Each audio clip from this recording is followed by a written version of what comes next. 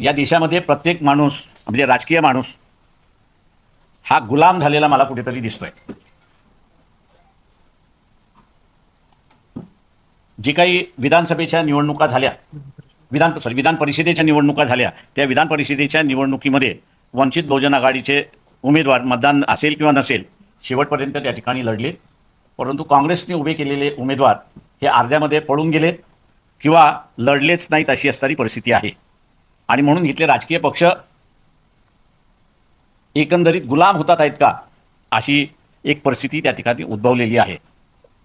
RSS जे असणारं एक कॅरेक्टर बिल्डिंग ऑर्गनायझेशन म्हणून स्वतःला असं संबोधते, त्याचे मोहन भागवत सुद्धा नरेंद्र मोदीला गुलाम झालेले एकंदरीत दिसत आहेत। कारण का आंतरराष्ट्रीय आपण असं बघितलं तर पंतप्रधानाची असणारी चिथू व्हायला लागलेली आहे आणि देशाला ज्याला आपल्याला म्हणता येईल की आर्थिक दृष्टीने गुलाम करण्याची असणारी प्रक्रिया सुरुवात झाली आहे। मधु किश्वर असतील, सुब्रमण्यम स्वामी असतील किंवा वानखडे असतील, या सगळ्यांनी पंतप्रधानाच्या चारित्र्यावरती शंका व्यक्त केलेली आहे आणि ही शंका व्यक्त केल्यानंतर RSS जे स्वतःला असणारं एक कॅरेक्टर बिल्डिंग ऑर्गनायझेशन म्हणतं, त्यांनी कुठल्याही पद्धतीने पंतप्रधानांना विचारलेलं नाही की हे जे पब्लिकली आरोप होतात आहेत त्या पब्लिकली आरोपामध्ये तथ्य आहे का याच्या संदर्भातला खुलासा मोहन भागवत यांनी पंतप्रधानांना विचारलेला नाही।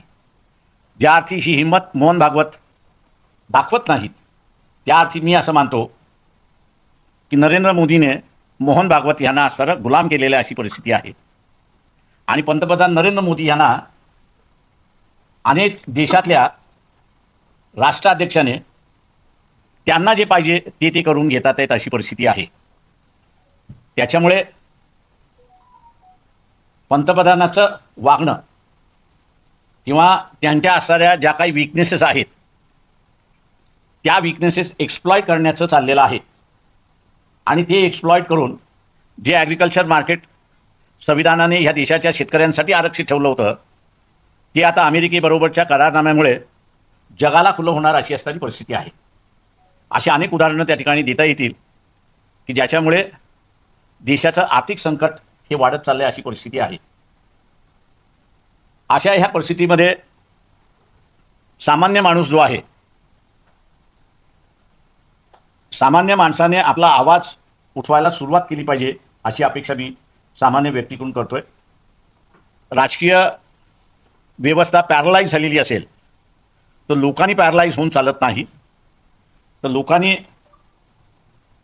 सर्व गोष्टी आपल्या ताब्यात घेऊन या व्यवस्थेला विचारायला सुरुवात केलं पाहिजे की तुम्हाला चारित्र्य आहे का हे सांगा, नसेल तर खुर्ची खाली करा ही सांगण्याची ताकद सामान्य माणसाची आहे आणि तो अधिकार त्या सामान्य माणसाने बजावला पाहिजे अशी अपेक्षा आम्ही त्या ठिकाणी धरतो आहोत। आमच्या परीने वंचित बहुजन आघाडीच्या वतीने लोकजागृती आणि त्याच्याचबरोबर कुठल्या कुठल्या व्यवस्थेमध्ये आपण असायला गुलाम होतोय हे मांडण्याचं कामकाज आम्ही त्या ठिकाणी करतोय। लोकांनी त्याला उठाव करावा अशी आपली अपेक्षा आहे।